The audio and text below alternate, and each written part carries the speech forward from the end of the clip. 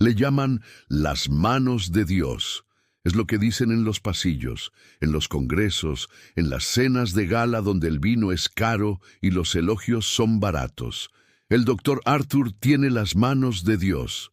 Sonrío, un asentimiento contenido, la humildad ensayada que la profesión exige.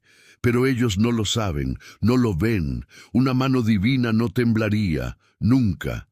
Y la mía tiembla. No aquí, claro, no bajo la luz del quirófano, con una vida abierta bajo mi bisturí. Aquí soy impecable. El temblor viene después en el silencio de mi despacho, cuando la puerta se cierra y el único testigo es el reflejo de un hombre exhausto en el cristal oscuro de la ventana, con la ciudad brillando indiferente allá abajo. El pitido del monitor es la única música que me permito escuchar con claridad. Es una melodía simple, binaria. Vida, vida, vida. Para mí se ha convertido en un mantra, una penitencia. Cada pulso que sostengo, cada válvula que reparo, cada bypass coronario que construyo con la precisión de un relojero suizo, es un intento de pagar una deuda que nadie sabe que contraje. Hace 10 años yo era distinto. Era bueno, quizás hasta brillante, pero era ligero. Había una arrogancia en mi juventud, una fe inquebrantable en mi propia infalibilidad. La cirugía cardíaca, para mí, no era un arte delicado de sanación, sino una demostración de fuerza, un duelo contra la muerte donde siempre salía victorioso. Era rápido, audaz, demasiado rápido, demasiado audaz. La cirugía era rutinaria, un reemplazo de válvula mitral. Para mí, era el equivalente a un pianista tocando una pieza que ya ha ejecutado 1000 veces. El paciente era un señor de unos 60 y pocos años, un contable llamado señor Valadares. Le gustaba pescar. Me había contado sobre su nieto, Lucas, a quien le había prometido llevar a ver el mar por primera vez. Yo sonreí. Le dije que pronto estaría lo suficientemente fuerte como para llevar al niño sobre sus hombros. Yo estaba al mando. Mi equipo, residente y enfermeros, se movía con la eficiencia que yo exigía. Pero yo tenía prisa. Tenía un vuelo para un congreso en el extranjero esa misma tarde, un premio que iba a recibir. Mi mente ya estaba en el discurso de agradecimiento, en el aplauso, en el reconocimiento. El cuerpo estaba allí, pero el alma ya había embarcado. Y fue ahí que ocurrió un movimiento, 1 milímetro, una sutura, una única sutura, aplicada con una tensión infinitesimalmente mayor de lo necesario. Un punto ciego en mi apuro. Nadie lo vio. El residente que me asistía estaba concentrado en otro campo. Los monitores no acusaron nada. Yo lo sentí. Fue un susurro táctil en la punta de mis dedos. Un error tan sutil que el propio tejido cardíaco apenas pareció registrarlo. Lo sentí y lo ignoré. La arrogancia es un anestésico poderoso. Me dije a mí mismo que no era nada. Finalicé el procedimiento, un trabajo perfecto. El tiempo de cirugía fue récord. Me felicitaron. El señor Valadares sobrevivió, técnicamente. Salió de la UCI, fue a la habitación. Pero algo andaba mal. Tenía una fatiga que no pasaba, una arritmia sutil que los cardiólogos clínicos no conseguían explicar. Lo atribuyeron a una recuperación lenta. Nunca más tuvo la fuerza que le prometí que tendría. Nunca llevó a su nieto sobre los hombros. Nunca más fue a pescar. Vivió otros 8 años, una supervivencia estadísticamente aceptable, pero una vida disminuida. Una vida en tonos de gris. Nadie conectó jamás el resultado con mi cirugía.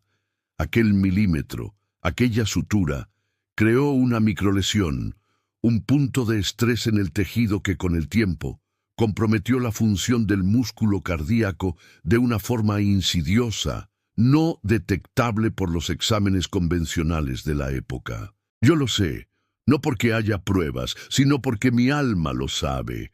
Volví de los congresos, leí los artículos, rehice la cirugía en mi cabeza 1.000.000 de veces. Yo lo sé. Aquel error se convirtió en el cimiento de mi nueva vida. La arrogancia murió en aquella sala de operaciones y en su lugar nació el miedo, un miedo frío y paralizante a equivocarme de nuevo.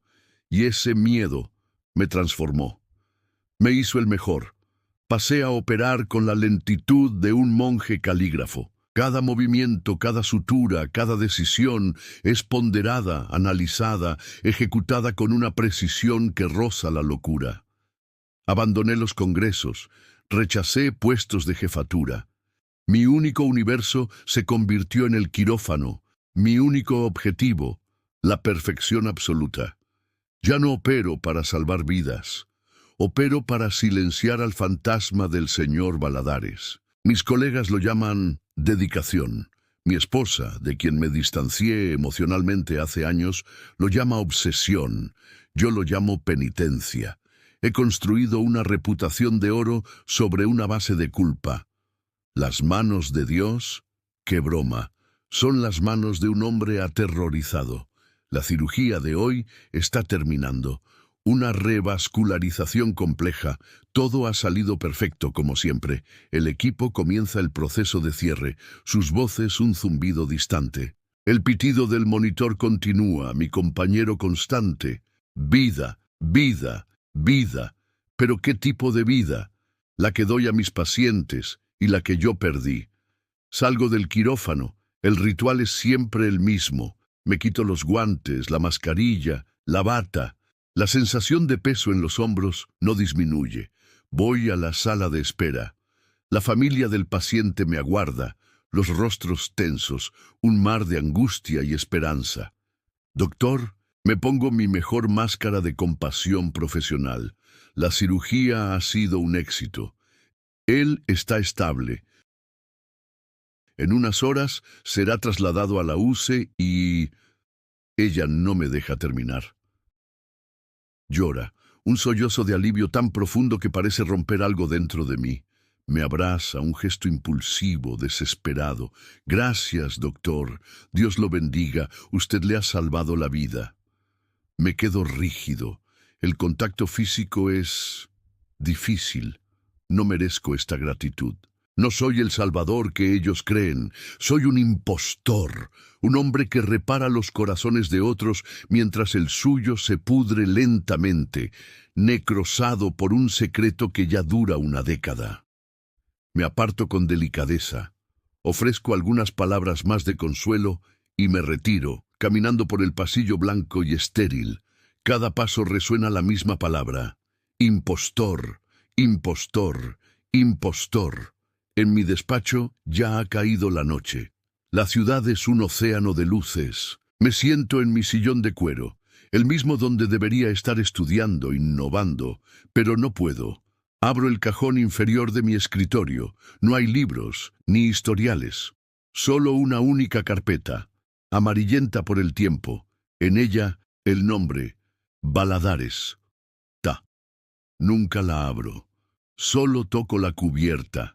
Es mi rosario, mi objeto de flagelación. El recordatorio del precio de mi prisa. El temblor en mi mano comienza. Sutil, casi imperceptible. Pero lo siento. Es la culpa, manifestándose, diciendo que no importa cuántos corazones repare, aquel que dañé nunca será olvidado. Y en el silencio de mi templo de éxito, solo soy un prisionero. Y la sombra de mi bisturí es la única compañía que me queda. Lo que ellos no ven, lo que nadie sabe, es el peso. No el peso físico de las horas de pie, de los instrumentos quirúrgicos, sino el peso invisible de una década de farsa. Soy un actor en el escenario de la vida, un virtuoso de la disimulación. Nadie sospecha. ¿Cómo podrían? Mi consultorio está siempre lleno. Pacientes de todas las clases sociales me confían sus últimas esperanzas. Colegas me buscan para pedir consejo. Mi agenda es un mapa de logros y reconocimientos, pero con cada elogio el grillete de la culpa se aprieta más. En casa, la situación es un eco frío de mi alma. Mi esposa, Laura, es una mujer paciente, pero su paciencia se agotó hace mucho tiempo, reemplazada por una resignación silenciosa. Somos dos extraños que comparten el mismo techo. Nuestras conversaciones son superficiales, sobre cuentas, hijos que crecieron y volaron del nido o la próxima revisión del coche. La intimidad, aquella que construye puentes entre dos almas, se secó. Ella lo intentó durante años. Preguntó qué andaba mal, qué me consumía. Yo siempre evadía, culpaba al estrés, a la presión de la profesión. Una mentira que se convirtió en una segunda piel. ¿Cómo podría confesarle que el hombre que amaba era un error andante, un asesino de sueños? El doctor Arthur que ella conoció murió en aquella sala de operaciones y un impostor tomó su lugar. Mis hijos, ya adultos, me ven como un héroe distante. El padre siempre ocupado, siempre dedicado al trabajo. Se enorgullecen del doctor Arthur. Los amo, claro. Pero hay una pared invisible entre nosotros, construida ladrillo a ladrillo por mi culpa y por mi miedo a ser descubierto. No saben que el padre que les enseñó sobre la integridad vive una mentira.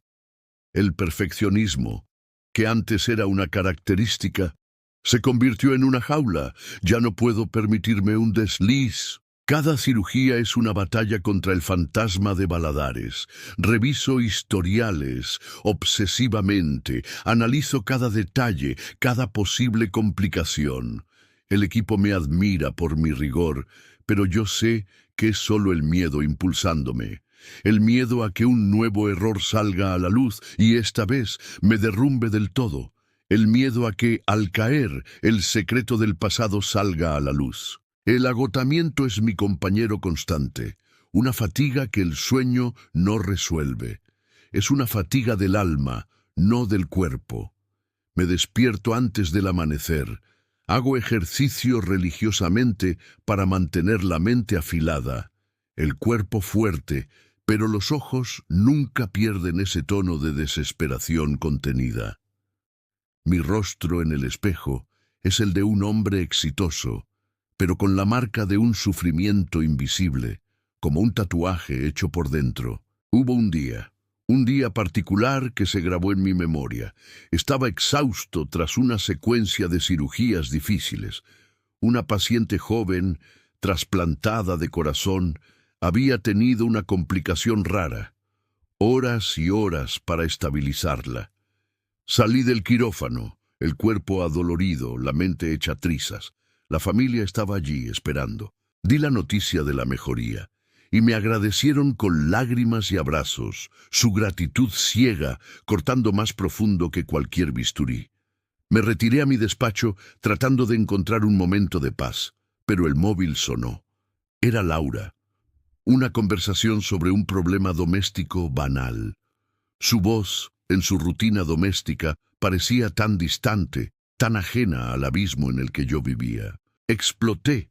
No grité, pero las palabras salieron duras, frías, llenas de una impaciencia que no podía contener. Le colgué. En ese momento me sentí vacío, completamente vacío. ¿Dónde estaba el hombre que quería ser médico para ayudar a la gente? ¿Dónde estaba el esposo que prometió amar y honrar? La culpa por Valladares se había ramificado, envenenando cada aspecto de mi vida, transformándome en un capullo de amargura y miedo. Miré la carpeta amarillenta en mi cajón, el nombre Valladares, grabado en letras fantasma en mi mente. Aquel día lloré. Lloré no por la culpa, no por el señor Valladares, sino por mí mismo, por el hombre en el que me había convertido, una sombra vacía de éxito. Fue entonces que llegó un nuevo paciente. No para mí directamente. Estaba bajo el cuidado de la doctora Elena, una cardióloga clínica que frecuentemente me derivaba casos. Tenía un cuadro de miocardiopatía dilatada, un corazón debilitado y agrandado. Estaba en la lista de trasplantes. Booth no era un candidato ideal debido a otras comorbilidades. Su nombre era Elías Costa. Lo veía ocasionalmente en los pasillos, un hombre de unos 70 años, delgado, con una sonrisa serena en el rostro, a pesar del tubo de oxígeno que lo acompañaba. Parecía tener una paz inusual para alguien en su condición. Siempre saludaba a todos, enfermeros, residentes, incluso a mí, con una cordialidad que me desarmaba. No pedía nada, simplemente aceptaba. Yo lo observaba de lejos, un espécimen curioso en un ambiente donde la desesperación era la moneda corriente. Un día, la doctora Elena se me acercó. Arthur, necesitamos hablar sobre Elías. Está en fase terminal. El trasplante ha sido descartado. No le queda mucho tiempo. Asentí. La noticia no me sorprendía. Veíamos esto todos los días. Mi corazón, el mío de verdad, estaba blindado para estas noticias. Él lo sabe, continuó Elena con voz suave, y está en paz, pero tiene un último deseo. Quiere hablar contigo. Dijo que tiene algo importante que decir. Dudé. Los pacientes en fase terminal a veces tenían delirios, miedos que necesitaban ser calmados. Yo no era bueno en eso. Mi especialidad era el bisturí, no el alma. ¿Qué es lo que quiere?, pregunté sintiendo una creciente incomodidad. No lo dijo, solo que es importante, y que tú eres la persona adecuada para escuchar. Pidió un momento. Un capellán, amigo suyo, estará allí, quizás para dar apoyo o para orar. Ya sabes cómo es. Respiré hondo. Otra demanda emocional que no sabía cómo gestionar. Pero Elías no era como los otros. Había algo en él, una luz quizás, o una aceptación que yo, con todo mi éxito y pavor, nunca podría alcanzar. Acepté a regañadientes. De acuerdo. Estaré allí después de mi última consulta. Dile que iré. La curiosidad, una emoción que hacía mucho, había sido suprimida por la culpa y el miedo, comenzó a brotar en mí. ¿Qué podría querer de mí un hombre al borde de la muerte, del cirujano de las manos de Dios? ¿Sería otra familia pidiendo un milagro? ¿Un último consejo médico? No lo sabía. Pero la serenidad de Elías, esa paz que llevaba en su frágil cuerpo, comenzó a incomodarme. Era un espejo molesto para mi propia alma inquieta, y sin saberlo, estaba a punto de entrar no en una habitación de hospital, sino en un confesionario. Aquel encuentro sería el primer corte en el velo de mi propia negación. La habitación de Elías olía a hospital, como es familiar, pero también a algo más, un toque de serenidad que no lograba identificar. La ventana mostraba un cielo crepuscular, teñido de naranja y púrpura. Elías estaba recostado, su respiración sutilmente ruidosa, pero sus ojos abiertos y fijos en mí cuando entré. A su lado, un hombre con una discreta vestimenta de capellán sonrió, una sonrisa genuina que no albergaba juicio alguno. «Doctor Arthur», susurró Elías, su voz débil, pero cargada de una extraña autoridad. «Gracias por venir. Sabía que vendría». No sabía qué decir. Yo, el hombre de las palabras precisas en el diagnóstico, de las explicaciones técnicas a las familias, me había quedado sin habla. El aura de paz que Elías emanaba era abrumadora. «Señor Elías», comencé, mi voz más formal de lo que quería. «La doctora Elena mencionó que quería hablar conmigo». Él asintió, un movimiento mínimo de la cabeza. «Sí, pero no sobre mi corazón físico. Mi corazón, doctor, ya ha hecho su viaje. Quiero hablar sobre el suyo». Aquello me golpeó como una descarga eléctrica. Mi corazón, sentí un escalofrío en la espalda. Lo sabía. ¿Cómo podría saberlo? Mi guardia se alzó de inmediato. «No entiendo, señor Elías. Mi corazón está perfectamente bien. Soy un cardiólogo». Él sonrió de nuevo. Esa sonrisa tranquila que me irritaba y me fascinaba al mismo tiempo. «Sé que es un cardiólogo, y por eso confío en lo que voy a decir. Doctor, me pasé la vida entera guardando un rencor. Un hombre me traicionó en los negocios cuando yo era joven. Se llevó todo lo que tenía. Cargué con ese resentimiento por más de 50 años. Fue como un tumor, creciendo silenciosamente dentro de mí, carcomiéndome incluso cuando volví a construirlo todo de nuevo. Hizo una pausa, tosiendo suavemente. El capellán le puso una mano en el hombro. Hasta que hace unos meses, cuando supe que no me quedaba más tiempo, continuó Elías, con los ojos fijos en los míos. Comprendí que no podía llevarme ese peso conmigo. Necesitaba perdonar, no por él, doctor, sino por mí, por mi propia alma. Y en el momento en que decidí perdonarlo de verdad, algo en mí se calmó. Una paz que nunca imaginé. Es como si, aún con mi cuerpo muriendo, mi alma hubiese florecido. Tosió más fuerte. Yo permanecí en silencio, pero algo en sus palabras estaba resonando en un lugar profundo, largamente dormido, dentro de mí. La analogía del tumor. La culpa por el señor Valladares era mi tumor. Doctor, usted tiene un tumor. La voz de Elías era ahora un susurro, pero parecía gritar en mis oídos. No en el cuerpo, sino en el alma. Lo veo en sus ojos. Veo el agotamiento, la sombra. Usted es un hombre de gran éxito, pero con un gran dolor, y yo sé lo que es cargar con un peso invisible. Mis defensas se derrumbaron.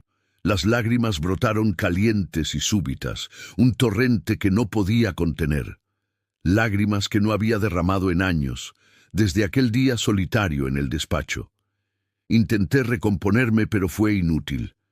Estaba allí, el doctor Arthur, las manos de Dios, desmoronándose ante un paciente terminal. El capellán se acercó, me ofreció un pañuelo. Elías extendió su mano débil y tocó mi brazo. Doctor, el perdón no es para el otro, es para usted, para su alma. Dios no lo quiere perfecto, lo quiere libre, libre de ese peso, libre de lo que lo aprisiona.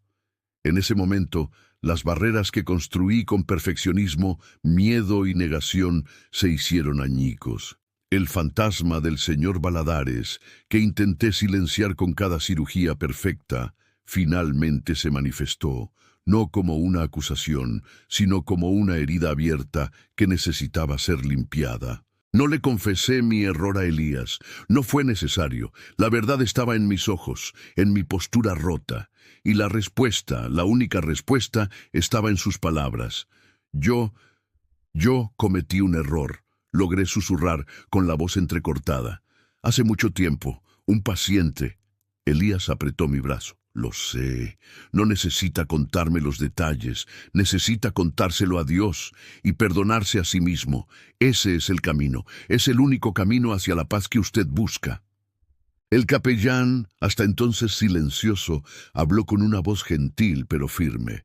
Doctor, el perdón de Dios no se basa en su perfección, sino en su amor. Él ya lo ha perdonado. Ahora usted necesita aceptarlo y perdonarse. Aquella noche me quedé en la habitación de Elías durante horas. El capellán oró, y yo, por primera vez en décadas, me permití orar de verdad. No una petición, no una negociación, sino una entrega. Entregué la culpa, el miedo, la necesidad de perfección.